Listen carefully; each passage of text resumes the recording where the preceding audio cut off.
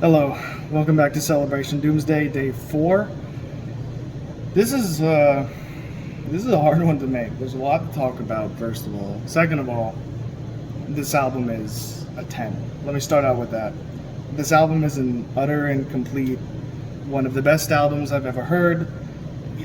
During the food discussion, I was talking about how much I appreciate that album, how much I enjoy that album, and I personally might find that one a little more enjoyable to my taste, but there's no denying that this is the MF Doom album. This is the one that if you've never heard it, you should listen to, because holy shit, there's so many amazing tracks on this album. There's so many tracks that are just, if you listen to this album, you're gonna come out with at least one of these tracks being stuck in your head and making you a fan. Because there's so many on here. Starting off with, I was saying starting off, but the opening track is an intro called Illest Villains, which is another sample bit that MF Doom kind of does during his intro tracks. He had the same kind of thing at the start of Beef Rap. But going into the actual first track, Accordion, holy shit. Like, that production is so incredible. It's like, I don't even think it's a sample. I think he has someone actually playing accordion for the track, which is, first of all, incredible. Like, that's hip-hop? That's hip-hop? We're putting accordion in hip-hop now? Okay, cool. MF Doom just gets to decide to do that, I guess. It's fucking amazing. It works out the best. It not to mention, just the beat in general just has a darker tone from stuff like Operation Doomsday or Take Me to Your Leader. I think Vaudeville Villain came out before this as well. So yeah, even Vaudeville Villain is darker, but this sounds more, I don't know, somber, I guess is what I'd call it. And then going straight from Accordion, that greatness, into Bistro. No, not next is Bistro. It's Meat Grinder and then Bistro. Even Meat Grinder, though, like, still, that incredible sort of, I don't know if it's steel guitar or something. It sounds like the SpongeBob guitar, the guitar they use in SpongeBob.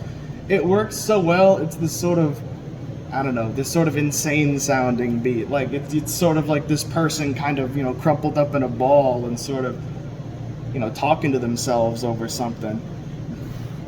It's so good. Not to mention the rhymes on Meat Grinder, just some of the most iconic you could possibly get out of Doom. Like, if you listen to that, you'll know what makes him such a good listen. There's another track later on in this that does the same thing, in my opinion, better.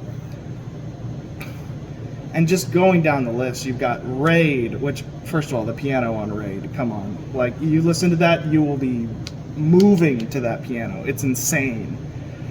America's Most Blunted, really good song. You actually hear Quasimodo, Madlib's rapping persona come out a little bit on that song. Not to mention the song itself is just great. It's pretty funny.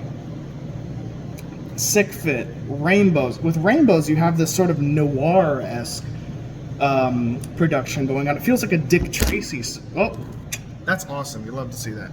Sort of a Dick Tracy kind of feel to it, or maybe like I don't know, like this 1950s noir type production. It's great. It's fantastic. Going from Rainbows into Curls as well. Curls has some amazing production. Great.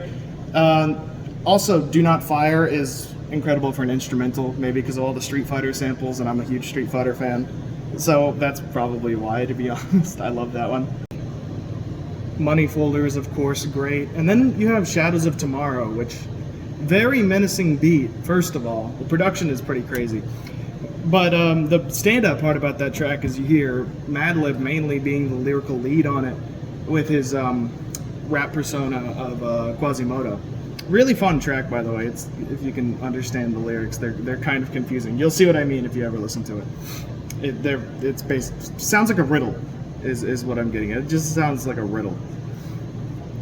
And then you have Operation Lifesaver, which has a fun, upbeat sort of action hero type production on it, and it's the lyrics are about Doom trying to pick up a girl at a bar, but her breath stinks so bad that he's trying to give her a mint, which in itself is hilarious, but in the context of such a great rap album makes it even funnier to me. After that, you have Figaro, which might be Doom's best display of lyricism he's ever had. It's just nothing but non-stop rhymes, non-stop good, just lyrics throughout. Just Doom's pen game is better than anyone else, in my opinion. It's so good. He just, you see why I was fearing making this review so much, because it's such a special album, and I can't do it justice. I can't possibly do it justice. All I can do is just rave about it for a while. That's pretty much all I'm trying to do with this series. It's great. Hardcore Hustle is really fun. I forget the feature on that, but there is mainly a feature on that one for the lyric side.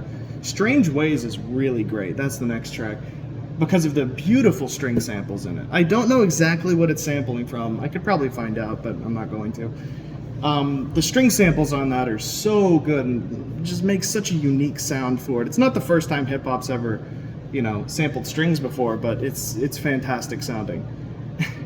And after that, you have the track Fancy Clown, which is about Victor Vaughn, another of Doom's personas from, I think at this point it was basically just Vaudeville Villain, which I haven't talked about yet, but I will, probably next time. Doom stealing Victor Vaughn's girl away from him, which is especially hilarious when you remember that they're essentially the same person. Next, you have All Caps, which is one of the standout tracks of the entire album. If you're going to listen to a track from this album out of pure curiosity, I'd say go for All Caps.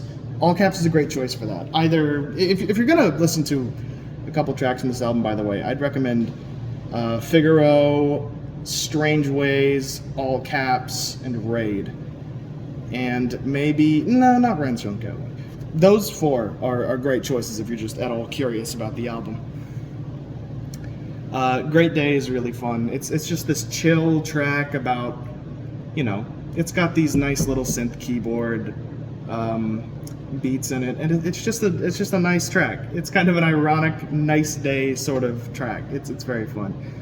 And the album ends off with Rhinestone Cowboy, which is, in my opinion, my favorite track off the album, but doesn't really work unless it's within the context of the rest of the album, because it just feels like this victory lap. Like Doom knows he's about to nail it, Like, sampled in the song is a crowd cheering. Like, how much more sure can you get that your album absolutely slapped than that? It's so impressive. And I just have this feeling, this is a personal feeling every single time, that when Doom gets to the last part of the album, I think every time, like, Doom, all you have to do is just land the last part of this lyric. All you have to do is just stick this landing, and you'll have a 10 out of 10 album. And I just get this, like, even though, of course, the album's already done and released, and it's been out for over, I don't know, like 15 years now. It'll say, like, he's a rhinestone cowboy. It'll end with that. And I just have this feeling of, you did it, Like, you made a perfect rap album. This is definitely one to check out.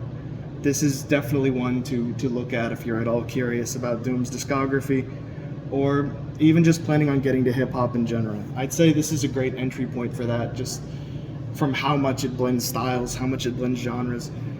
And yeah, this is a really good one. There's not a lot of nuance or downsides I can give. It's just an incredible album. Give it a shot.